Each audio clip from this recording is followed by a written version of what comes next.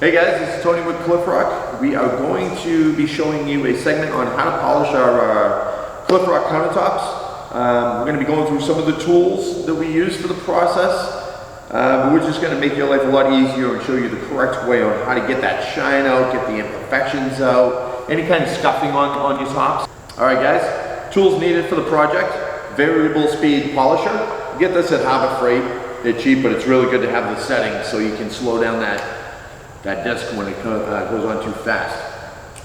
4-inch grinder, flap disc. Flap disc is going to be used to clean up the edges or the sides of your countertop to get rid of all the little imperfections from the melamine. It's a really cool tool to use, better than using a diamond blade, only because you don't want to dig in, you just want to polish and clean up that edge. Alright, bag of rags, just cleaning up the excess mud once you're done polishing.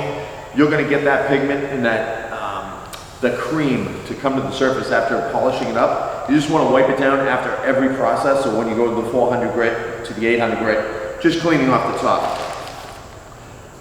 Spray bottle filled with water, because before you start polishing, you just want to wet it down. If you do this dry, your polishing pads could actually burn because you're going so fast, and it'll leave those swirl marks, where this is just going to make it nice and smooth, and you'll be able to coat right over it and polish the whole thing out nicely. Diamond grit polishing pads. We use a 400 grit, 800 grit, and then a 1500 grit. You don't need to go too aggressive like a 50 grit, because then you'll really be digging down a lot. You just want to clean up the surface, because the melamine itself made this thing already smooth. So just simple steps: 400, 800, right to a 15. So simple process: spray down the whole area you're going to be polishing. And normally I'll just do I'll polish this half, then I'll move over and do the other half. So I'm not stretching out too far. You really want to soak it down, because concrete just sucks the moisture out of everything. So.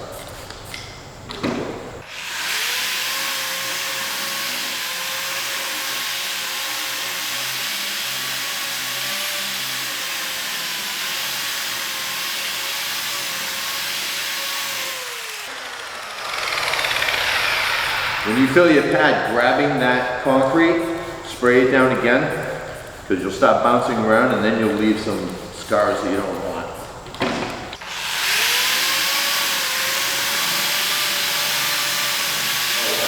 So now what you want to do, since I went in one direction, now I want to go opposite, because my swirl marks are going in that area. I want to eliminate it, so I'm going to start and go along this edge now.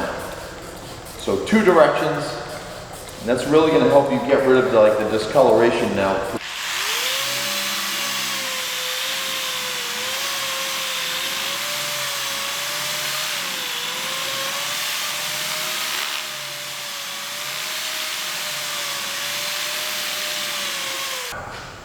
So you don't want to wear nice clothes with this, because all it does is get everywhere. So just wear junk clothing.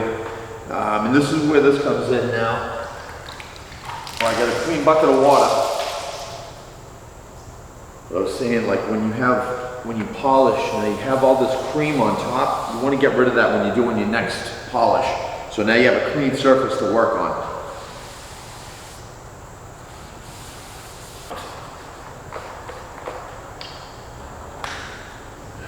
And I'll do one more run with the 400 grit, and then we're going to move up to the 800.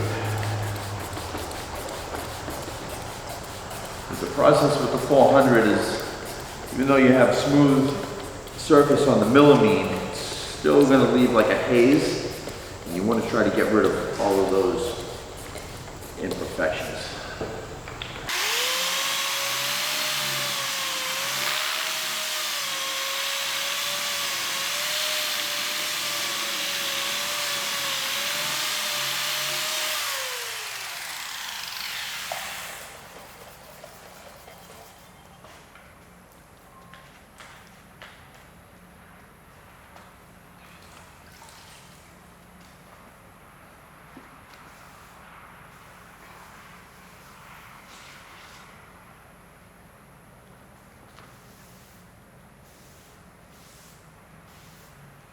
Okay, so same procedure. We just bumped up to an 800. Now this isn't really gonna get rid of the imperfections anymore because those are gone. This is just gonna start to get that smooth feel to the countertop. So this one you don't have to do twice. We just do it once one way, once the other, and then we're done.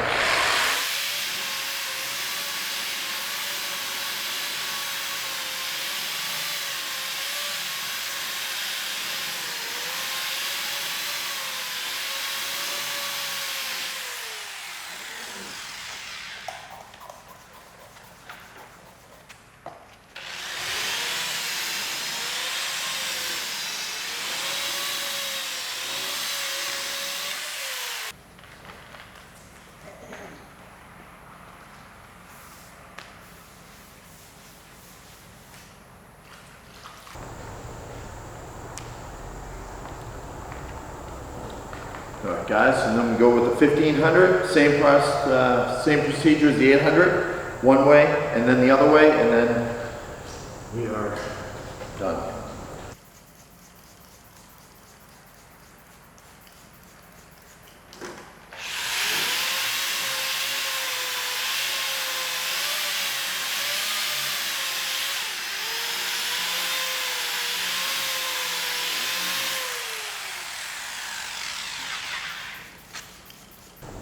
Okay guys, so now we're going to take our 4-inch grinder with our flap disc, sanding disc. We're just going to clean up these edges and we'll be done.